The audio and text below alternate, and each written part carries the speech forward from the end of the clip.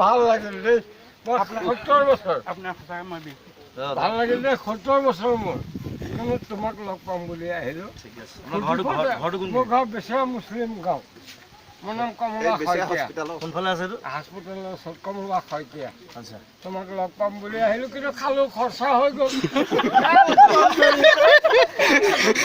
ধৰি আৰু ধৰ লগ পাম বুলি আহিলোঁ আৰু খৰচাই হৈ গ'ল কমলা খাই ন? এই বহুত খৰচা হৈ গ'ল। Don't mind. গ'ল আৰু আহিলোঁ লগ পালোঁ যে মিলিলোঁ ন। শুকুৰ আলহামদুলিল্লাহ। হ'ল ন ভাইটি?